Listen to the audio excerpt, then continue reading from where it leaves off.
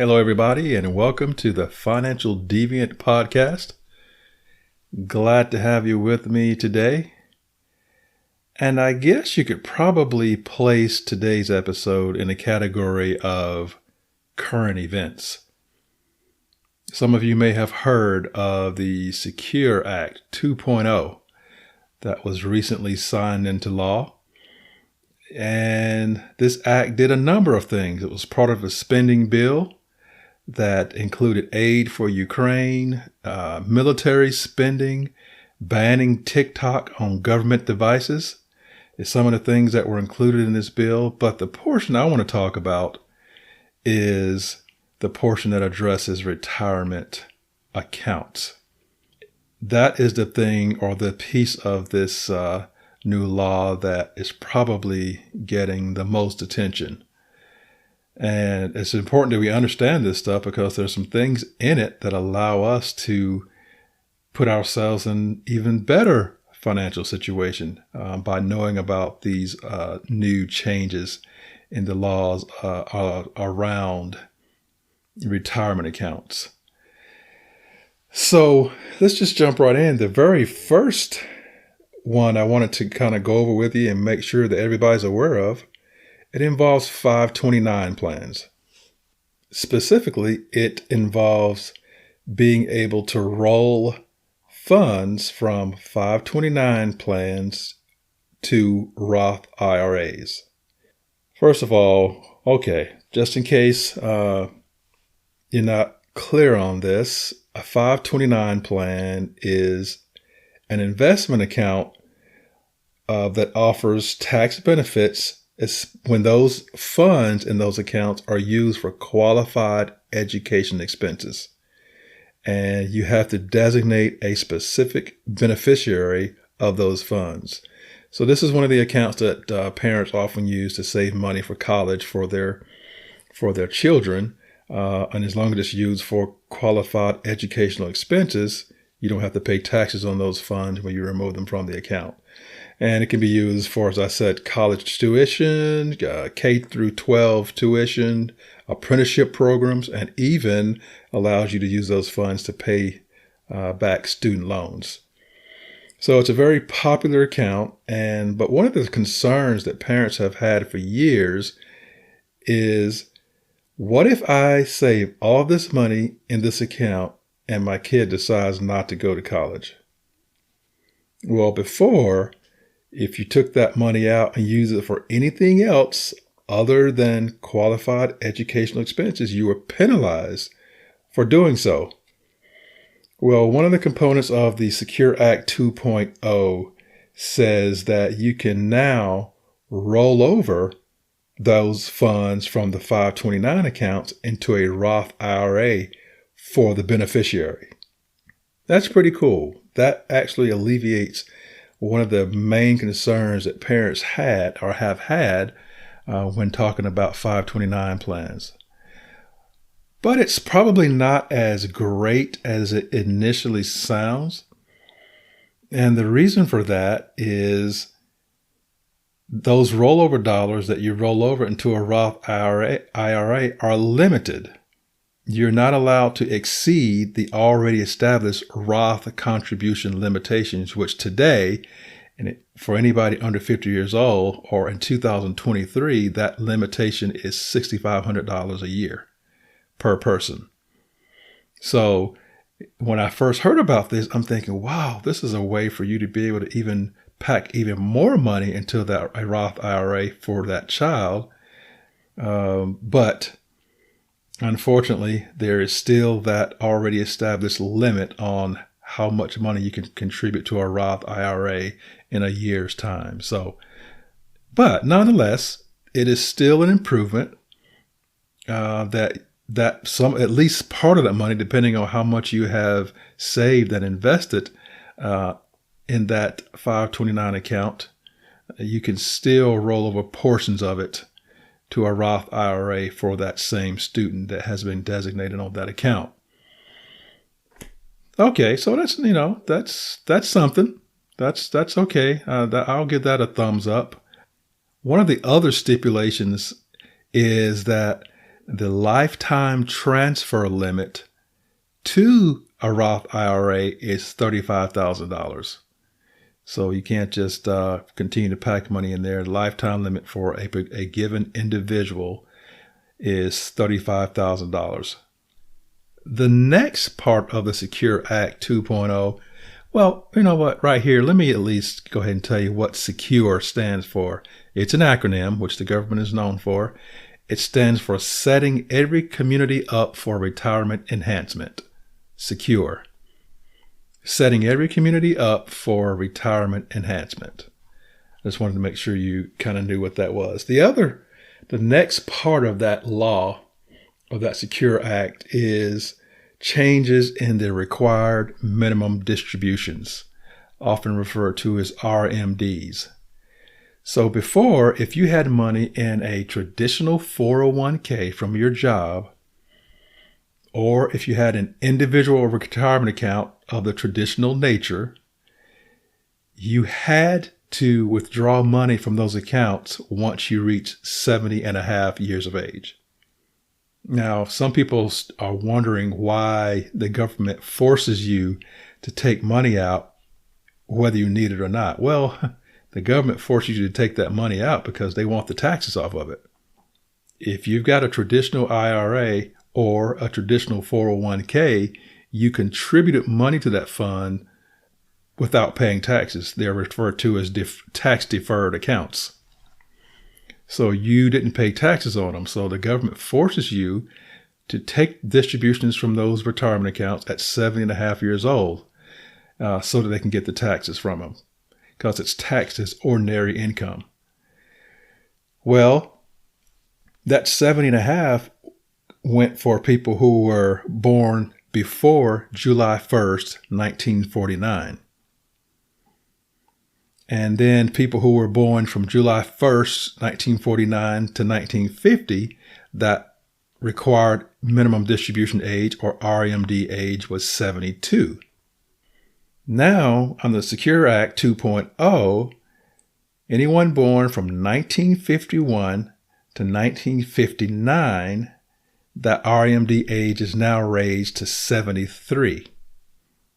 And then finally, people in my category who were born from 1960 or later, that age that you're required to take funds from those accounts has been raised to 75 years of age. So if you're one of those people who has money that in those accounts that you don't necessarily need, maybe because you have a pension, or the pension plus your Social Security covers most of your expenses, so you don't necessarily have to take money out of your retirement accounts, they give you a few more years that you don't have to take funds out of those accounts. So that's the adjustment in the required minimum distributions. The other part of that is if you forget to take the RMDs, there has always been a penalty.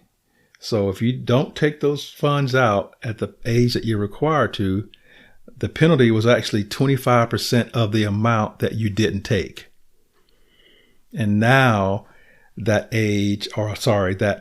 percentage, or that penalty, has been lowered to 10% of the amount that you did not take. So that's definitely an improvement. The penalty dropping from 25% to 10%.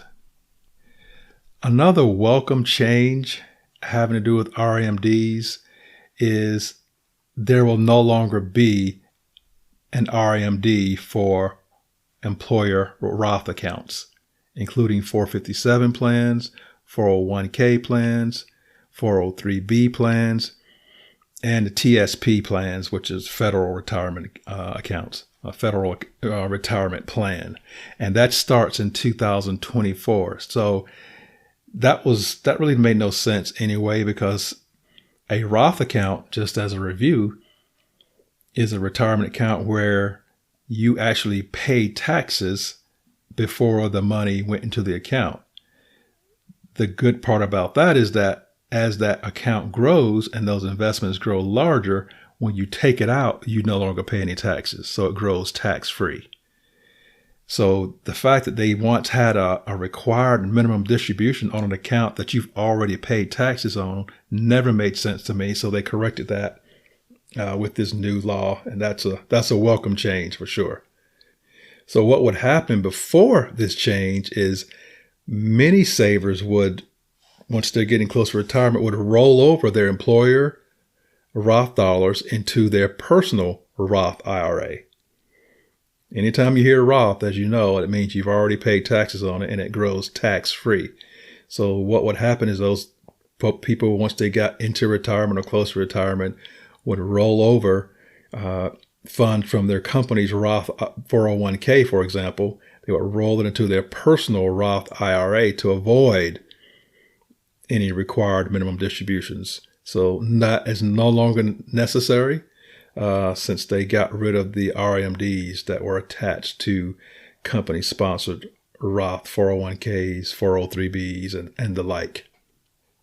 Sticking with the topic of retirement accounts, specifically employer sponsored retirement accounts and personal IRAs, they also made changes to catch-up contributions that are attached to retirement accounts. Catch-up contributions in employer-sponsored plans will be going up significantly in 2025, but only for those ages 60 to 63.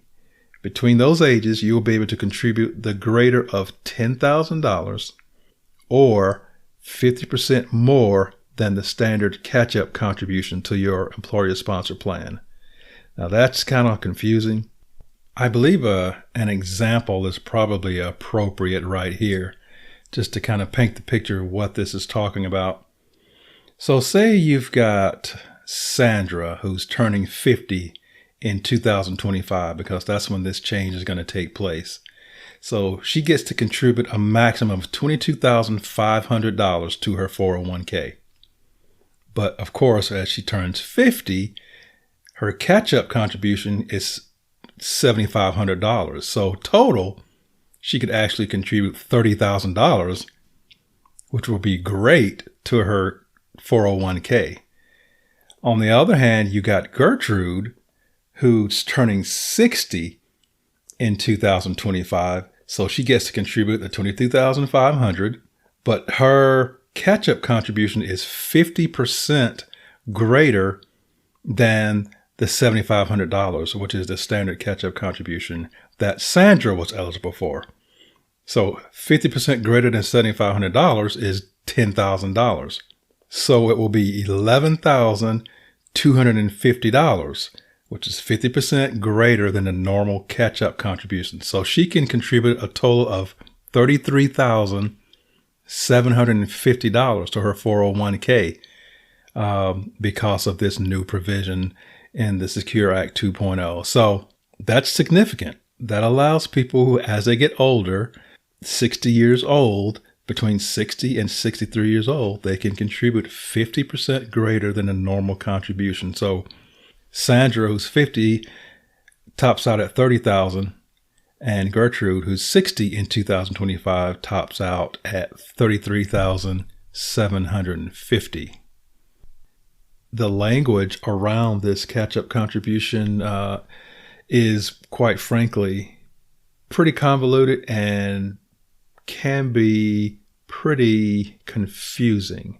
I anticipate that there will be more to come out because there's so many questions and it can be difficult to find, because we absolutely want people to take advantage or to be able to take advantage of these catch-up contributions. But if it's so confusing that no one understands it, then people are bound to miss out on the opportunity that is before them.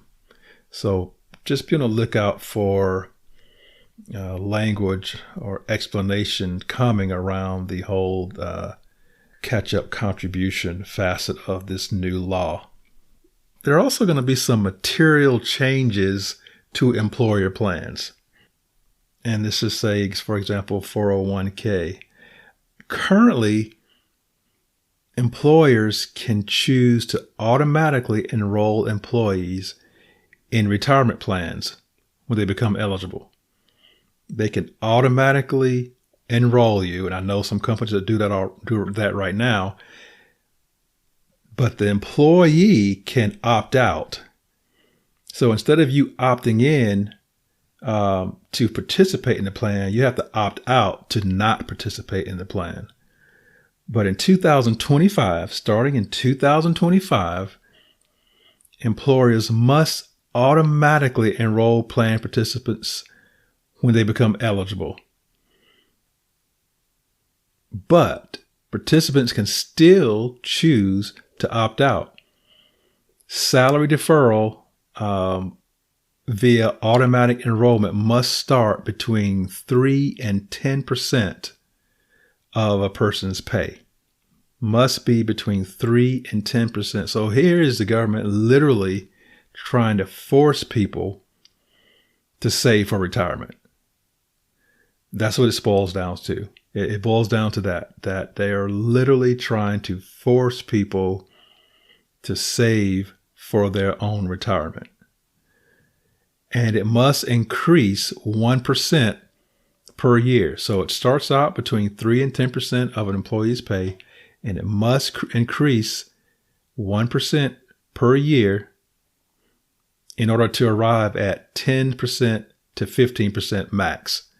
So it starts out at 3 to 10%, increase 1% per year, and top out at 10 to 15% of their pay. And again, the employees can still opt out. They do have that right. They do have that option, but employers must enroll employees who do not opt out. So that's really interesting that we have arrived at a place where, as I said, Uncle Sam is forcing companies to enroll folks in a retirement plan. And what that tells me is they realize that so many folks are not doing it on their own. I'm not crazy about the government forcing you to do that. But on the other hand, it's so critical. It's so important. And I guess they're saying if people are not going to do it on their own, we'll force these companies to do that because it's such an important piece of our financial picture. And so many people are not making those decisions on their own. So, it is what it is. It's a law right now, but you need to know that if you go to work for certain companies, you will automatically be enrolled in their 401k plan or whatever their retirement plan is. If you work for a government agency, it might be a 403b or a 457b. So there's also a change that's intended to help employees prioritize paying off student loans. This is a strange one also. Employers or businesses can now match an employee's student loan payments by making contributions to their 401k starting in 2024. So whatever student loan payment is, employers can match that amount, but match it by putting it in that employee's 401k. And again, that's going to start in 2024. Employee retirement plan contributions can also be Roth, which means, of course, after tax contributions. If the employer offers the option to choose, if an employee elects to receive Roth employer contributions in this part of the plan, they will pay the tax and the contributions will be vested immediately. All right, so there are some other changes. One piece of this new act is something that's a great benefit for those with disabilities or for those that will become disabled before age 46. There is a part of this law that allows people with disabilities to utilize an ABLE account starting in 2026. An ABLE account, ABLE stands for Achieving a Better Life Experience. And basically this ABLE account is a tax advantage account that allows people with disabilities to cover their disability expenses with tax-free dollars. Great benefit that a lot of you probably already know about, but this act allows for people to use an ABLE account if you do have a disability. Now this next one is great news for insurance industry. Maybe not great news for individuals, because it's easier now for annuities to be placed inside of retirement plans.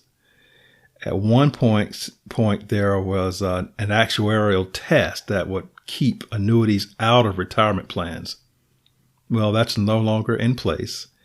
And, that could be a good thing for retirees like today, because interest rates are so high. When interest rates are not so high, annuities can often be a suboptimal product inside of a retirement plan. So that's one that we'll have to keep our eye on, but not generally a good idea to have annuities inside of retirement plans. So there's some really good things here for individuals that are a part of this act. As you can imagine, it's a very lengthy body of work to go through the whole act. But so the things I just mentioned today are those things that might impact the most people. There are other parts of it that may impact smaller groups of people, but I just wanted to kind of hit the highlights of some of these things. I think, in my opinion, the bigger ones are the adjustments in the required minimum distribution ages, allowing people to take those distributions later to delay paying taxes on that money that will be contained in traditional 401ks and traditional IRAs. The adjustments in the catch-up contributions, allowing people to invest more money when they have, for whatever reason, haven't saved as much as they would like to have saved for retirement. Those catch-up contributions are really a good thing as well.